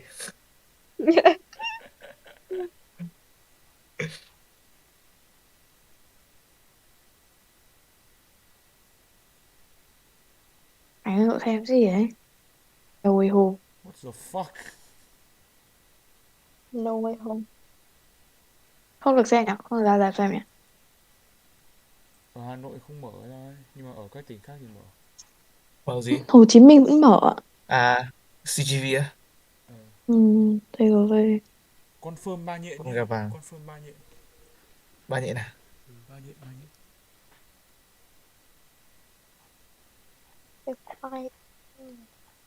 Nhện nhỏ. Con Nhi muốn làm không? Tao hỏi mày Ổn part 3 quá. giúp cho mày nhiều thời gian. Phát ba lúc nãy. Kết phát ba vậy. Why do people always miss their childhood? Oh my god. Can I say? Okay. Nói trước đi. Nói đi. Just kidding. Súc vật. People miss their childhood. Nói chơi nhá. Nói chiêu chiêu thôi. Chiêu đi, luyện fluency. Okay. So people miss their childhood, I believe, because they tend to miss the feeling of being a child and the feeling of having people around them all day long. It is also very nostalgic, not being able to feel like one anymore.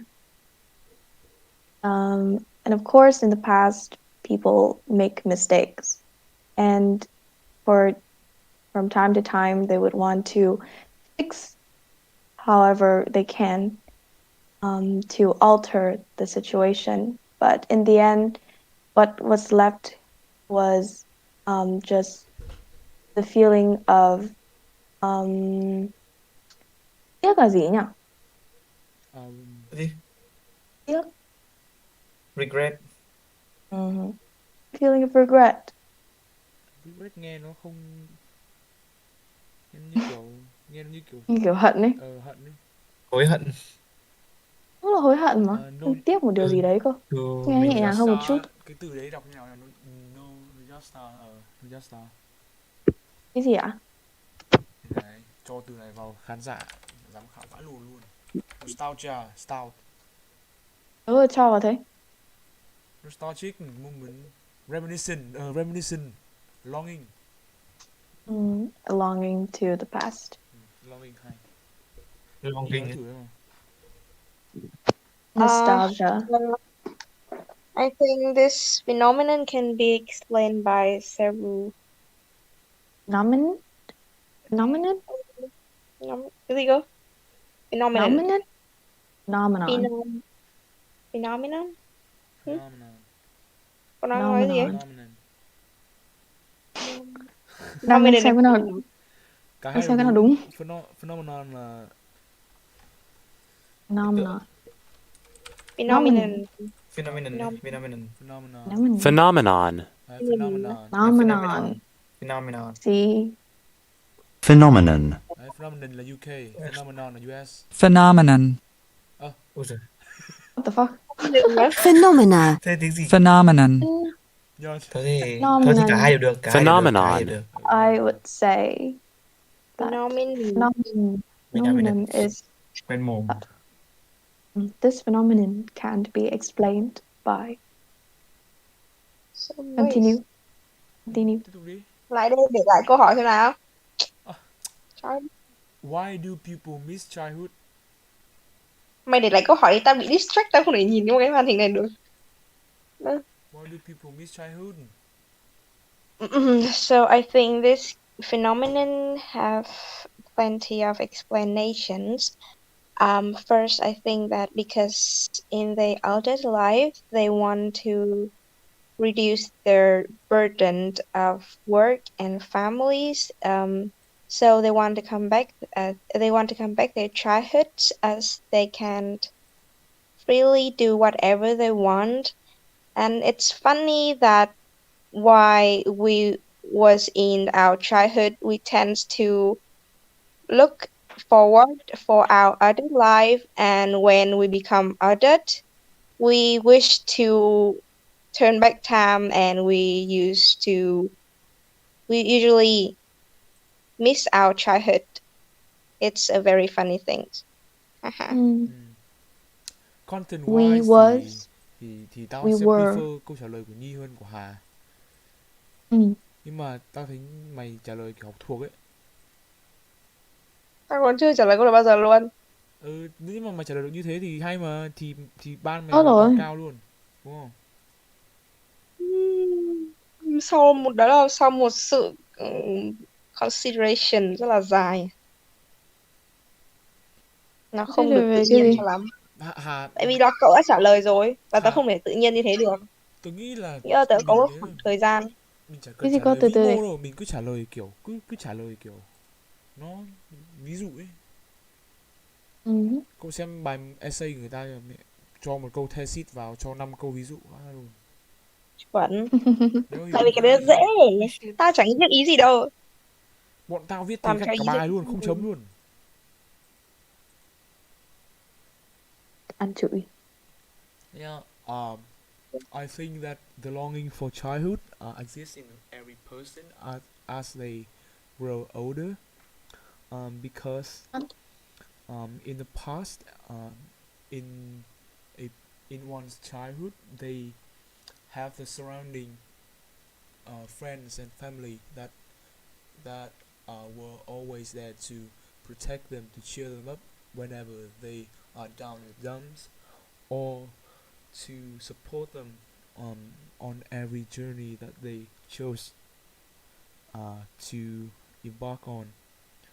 When you grow older, you inadvertently lose those supporting hands, and you are forced to walk alone on your own pursuit. And it's really funny when you're young, you long to become adult. You want to become a man, a woman, to have your own house.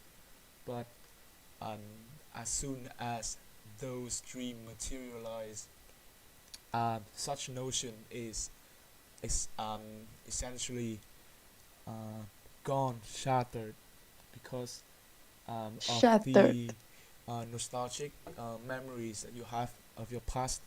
Đấy, tao đã trả lời như thế. Sao mày thấy không, cái việc sử dụng kiểu lựa chọn của mày để được C2, C3 gì đấy thì nó sẽ làm giảm cái fluency của mày. Mày sẽ phải dừng rất nhiều lần để mày nghĩ cái từ đấy từ gì. Còn tao thể nói là nhá. Yes, I think nó không that tự nhiên đấy. people Mày nói theo miss tâm their vai của childhood. mày thôi, tao cảm giác mày tự nhiên mà. Hả? Tao cảm giác là mày tự nhiên hơn thế, nhưng mày đang cố áp đặt mình vào một cái khuôn nào đó ấy. Mày kiểu thoải mái lên, sống hết mình, giống bản thân mình luôn. Tao sợ kiểu thoải mái quá tao sẽ dùng những từ quá dễ nên là không được điểm cao ấy. Không, đừng Thương nghĩ rồi như nhắc thế. thế. Toàn bọn Thế bọn chính là bọn tuyển toàn như thế ấy. Xong rồi nó mới trừ điểm cho fluency. Thế con mẹ nó. dùng nhiều từ dễ có lên cao đâu. Nếu mà Nha, dùng tốt dùng nhiều từ, Ừ. ý là Nó dùng nhiều đa từ dễ ai thì dạng. được. nó sẽ không trừ điểm đâu. Ừ. Nó chỉ không cộng thôi, nhưng mà fluency mày mới thấp ấy thì nó sẽ trừ. Thế con Hiểu mẹ nó. không? Một cái là không cộng và một cái là trừ. Ghê, mẹ khó chịu nhở.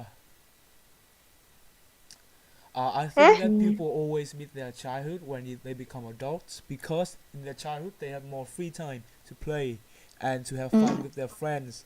And when they reach adulthood, they essentially lose all the time for work and for family matters.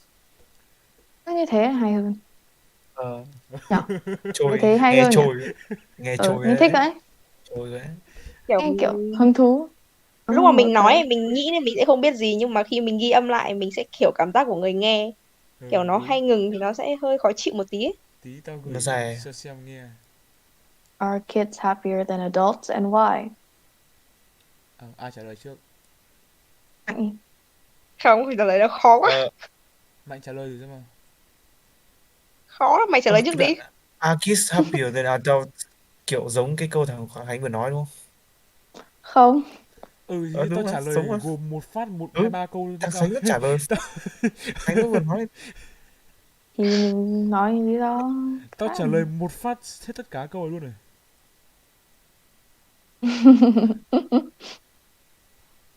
Kids happier than adults. Nha. They are. Lại đi. I think that kids are generally happier than adults because they have more free time to spend with their friends and on their leisure activities, such as playing sports or playing computer games. When you reach adulthood, you essentially lose all those time to set aside those time for family matters and job occupation, so you don't have much free time for your friends and for your own personal pursuit. Đơn giản nhỉ? Nghe nó dễ dàng nhỉ? Nghe kiểu những lý do rất là bình thường ấy. Bình thường thôi, đừng có nói vĩ mô kiểu nhớ về quá khứ kiểu chết mẹ. Sao mình có bị thế nhỉ? Đang deep shit, đang nửa đêm hiểu không? Nửa Hỏi đêm đi. nào tớ sẽ nghĩ nhiều cái hơn. Hỏi lại đi Khánh. Are kids happier than adults? Adults. Well, personally, I don't think that age has anything to do with happiness. By this, I mean it's a more matter of personality. If you are a easy satisfied person, then it would be easier for you to feel happy in life. And this state is just not true for many cases where I knew many persons, many kids just don't as happy as many adults. Được. Ta thấy fluent hơn là câu 1. Mạnh nói ra mà. Okay. I think kids are happier than adults. Because when we are kids, we don't need to we don't need to think we nói lại nha. Yeah. Okay. I think kids are happier than adults because kids play without thinking about life, about money or something. But and kids and adults and didn't quên. And adults. But adult need to worry about maybe the work or maybe money and life, and they can. Thế được Okay, rồi. there. Tao nghĩ là mấy cái dạng câu hỏi kiểu tại sao cái này hơn cái kia, tại sao cái kia hơn cái này ấy. Nếu mà mày bí ý thì mày có thể nói là một điểm mạnh của cái kia với cả là một điểm yếu của cái này ấy, để kiểu bù trừ nhau ấy. Để là mày không nghĩ ra là tại sao trẻ con nó vui hơn người lớn thì mày có thể nói là trẻ con vui hơn người lớn vì nó có thời gian chơi, và người lớn thì phải lo công việc các thứ, thì nó dễ hơn là mày nói là trẻ con không phải lo về công việc, đúng không? Nghĩa là nói phủ định nó sẽ khó hơn đấy. Right. Hai câu này hay này. Why do Nào. people still remember many of their friends from primary school? Oh Deep shit, man. Tao quên gần hết. Thôi vậy mà anh. Nhận. Tôi nhận Gần. nhớ bọn cấp 1 nhiều thật. Hà nói đây, Hà nói nhớ nhất là gì? Nhiều bạn có một đây có đây tao vẫn nhớ. Mà tại sao nhỉ? Sợ các bạn không nhớ mình thôi. Trả lời nha. Trả lời cho.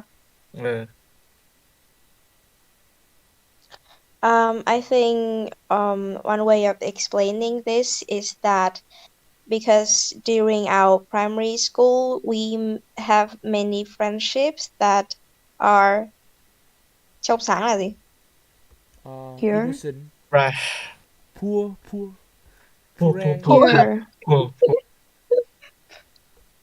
Right. Trong sáng dùng từ đấy có hợp không nhỉ? Pure mà, innocent ấy. Innocent Innocent. Oh, vô tội. Innocent. Kiểu ngây thơ. Yes. Ngây thơ là cái gì nhỉ? Nên nó trong sạch hơn. Ngây thơ là cái gì nhỉ? Naive. Naive. Đâu, naive là trong tính cách thôi. Nhưng mà naive thì nó mang nghĩa xấu hơn là nghĩa tốt. Kiểu ngây thơ vô tội vạ, kiểu không biết gì.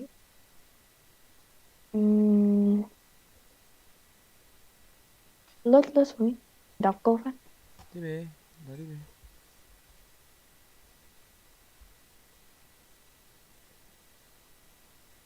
về. Tao à? À không. Anh đang đợi mày vừa nhận nói trước đi. Lại.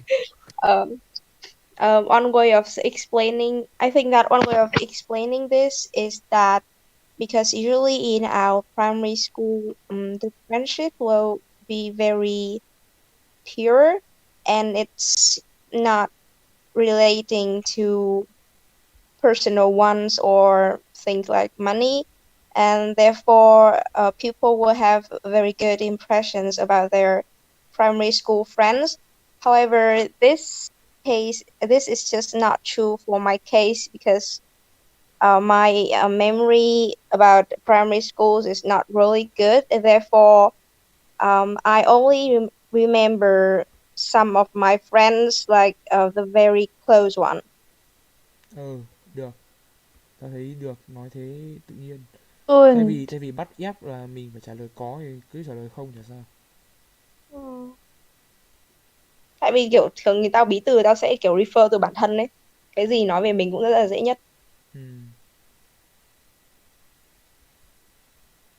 Your turn, bro. Hà nói trước hay là tớ nói trước? Tớ không có ý. Có ý đâu, đang cứ nói rồi mà, nghĩ gì đấy. Mày nói trước đi. Tớ buồn ngủ lắm rồi. Cho cô này đi ngủ đi. Mày nói đi Khải. Hay Khải nói. Khải nói. Anh nói. Nghe phát. I think that many people still remember many of their friends from primary school for the fact that some of those friends leave a very good impression on them. So when they grow older, they will remember those childhood moments with their friends, playing, for example, video games or sports together. Those defining moments will become important later on in life when they grow up and they miss them. Nghe ngu nhỉ? Không, nó không ngu. Emotional ấy. Nó hay. Kiểu lợi dụng. Không, nó rất hay cho đến khi cậu nói cái câu wisdom. Ừ. Nói đến cụm đấy nghe nó Công nhận, nó công cụt nhận. kiểu gì ý. Nó bị đứt đấy. Ừ. Nó bị Ừ, đứt. nó đang mạch. Tao cảm giác mày muốn nói cái gì đấy nữa nhưng mà thôi mà lại thôi. And Ừ. wisdom. Kiểu mày sợ bị mắc cái fluency của mày nên là mày ngừng để nó hoàn hảo. Đúng. Tao Ừ, tao đúng sợ rồi, là tao đúng sẽ rồi. dừng lại để tao nghĩ ý mà tao nghĩ từ ấy. Nên là thôi tao miss dầm. Nghe nó cụt buồn cười lắm. Rất là kiểu tao cũng hay như thế, lúc trước kiểu tao sẽ dâng giọng ở cuối lên rất tiếp theo, rất cao ấy để tao nói câu gì đấy. Xong rồi thôi. And wisdom. And rồi, Hà nói đi. Đúng không? Không nói đâu. Mạnh nói đi. Không nói đâu. Tao nói à? Maybe. I think the reason people still remember many friends from primary school is because perhaps that's the time the first time we make friends, and I think the first impression is the longer memory. Tao thấy câu trả lời này là tốt nhất của mày từ từ trước đến giờ. Ok nhất. Kiểu sâu. Ok.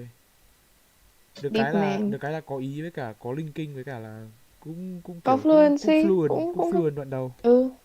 Cũng không ầm mấy. Đấy, cứ trả lời kiểu thế là được mà. Chuẩn bị cơ á. Thì cũng nghĩ trước thì nó mới được thế.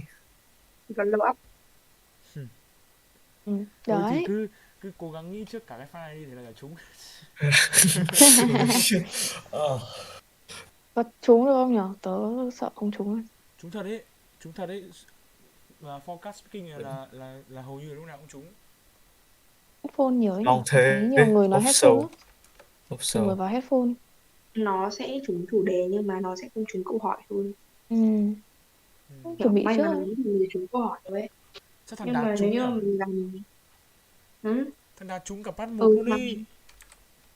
đúng rồi, thì trúng chủ đề mà. Nhưng mà nếu mà câu hỏi mà người ta phát hiện ra mày đang học thuộc ấy thì người ta sẽ thay đổi. Người ta kỹ học thuộc. Học speaking vườn tủ hay mẫu ấy. Ai chà. Đăng ký khóa học. Tớ cũng lưu này đấy sao? Đâu thằng Đạt review đâu rồi. Sao bạn này Vào review let's tận go. 400 like này. Thấy mấy đứa lớp mình đi thi toàn trên 100 like mà.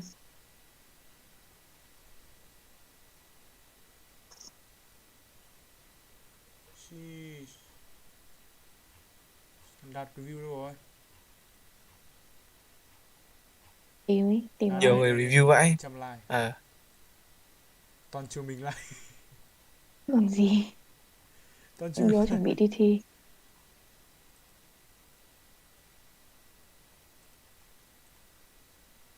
Bài của Linh Thùy nữa. Đúng part 1 này. Đúng hệt forecast. Bạn thích màu gì? Bạn đều thích màu gì? Bạn thích màu gì? Cái này cái câu bạn thích màu gì tớ suốt ngày hỏi. Handwriting giống này. Kiểu nếu mà chúng part 1 ấy thì không có gì, nhưng mà chúng part 2 ấy, chúng part 2 mới phê. Chúng part 2 phê thật, chúng part 2 mà đây này. Tại vì chúng part 2 là chúng part 3 luôn đấy. Chúng part 2 là chúng part 3 luôn. Con Nguyên phê vãi. Nguyên ôn dòng dặn cái đề đấy. Xong rồi chúng Thế được không? Nói được đi. Mẹ này chả có gì học văn nhỉ? Bây giờ mình phải tích nốt xem là mình đã nói những câu học văn nữa luôn. Dần. Bây giờ mình phải ghi là gọi là anh văn còn đéo giữa writing như tao hận môn văn. Mày ơi không, writing ấy nó là một cái gì đó rất khác biệt với môn văn. Mày phải hiểu là văn tao học cũng được nhá, mà writing của tao chấp chới vãi. Thì văn tao học không được thì tao làm cái gì? Nó không phải là do từ vựng ấy, nhưng mà cái coherence của tao, cái liên kết ý của tao nó không được mạch lạc, suy nghĩ rồi sắm.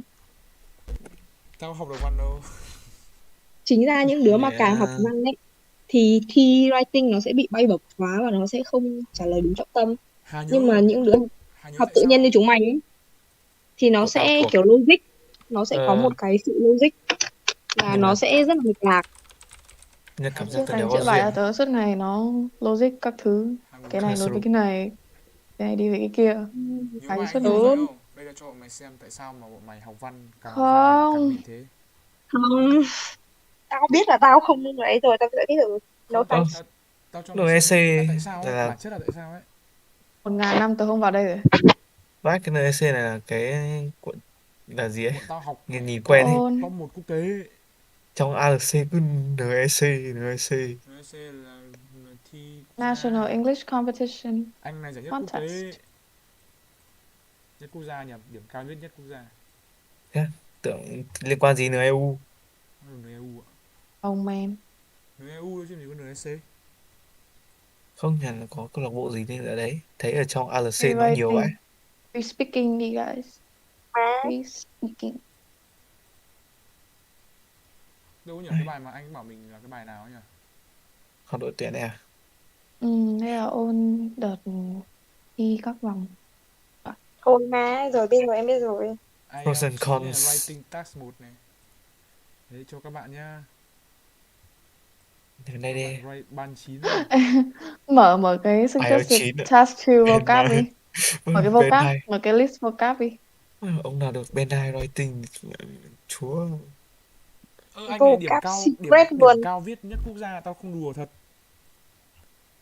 Cao nhất là ai đùa đâu. Ai đùa. Thế thì mình học thuộc ở mấy cái này là phê rồi.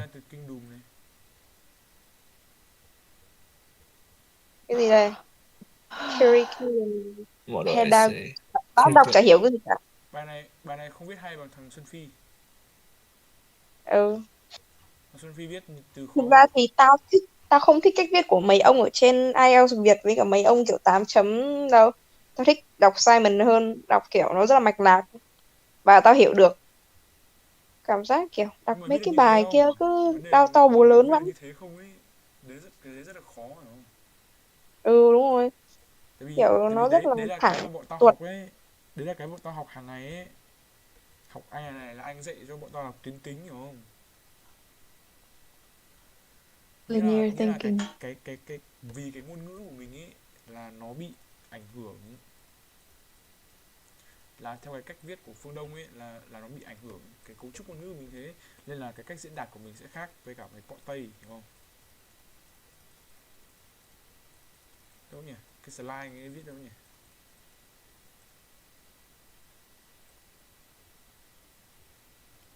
Mẹ để anh. Đâu đấy? Slide anh ấy viết là đâu nhỉ? Là cái slide gì nhỉ? Thì cẩn thận vào nha. Vân Anh 7.5 speaking đấy. Mình nói trước nó thi được 8 cơ mà. 8 speaking ấy, lần mock test ấy. Mock test nói làm gì? Lên bằng gì nói. Tớ tưởng bọn mày đều biết hết. Biết mà. Nó nói fluency mà. Nó hoạt ngôn mỗi tội mẹ listening. Nhưng mà nó mới lại hết thôi. Con này học kinh mà. Gia sư 11 các kiểu. Nó mua forecast mẹ luôn mà.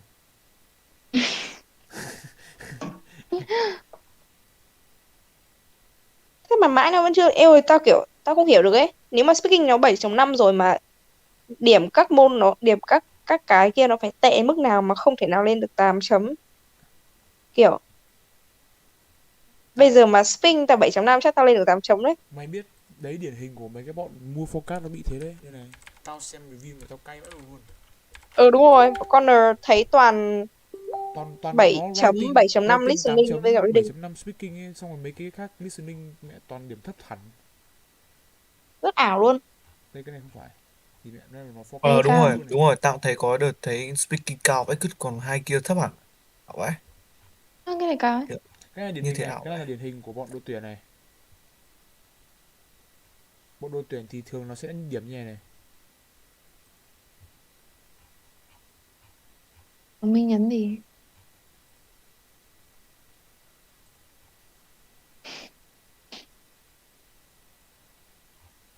Mấy cái bọn mua forecast này, tao nhìn điểm tao cay vãi rồi mẹ. Đây này. Reading 7 chấm kìa.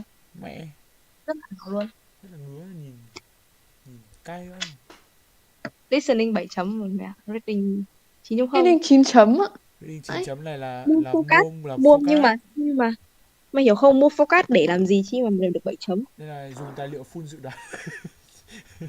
Đấy, mệt thế. Chúng 2 set listening, 1 part read và oral, chịu luôn. Giống vì focus. Đấy mà không gì. Tiền. Nhìn vào chị thấy tiền ấy. Đi ngủ đi. Ôi em. Còn mấy hôm nữa cơ mà. Sáng nay ngồi gật gù buồn ngủ lắm ấy. Trưa cũng ngủ không đủ. Goodbye man.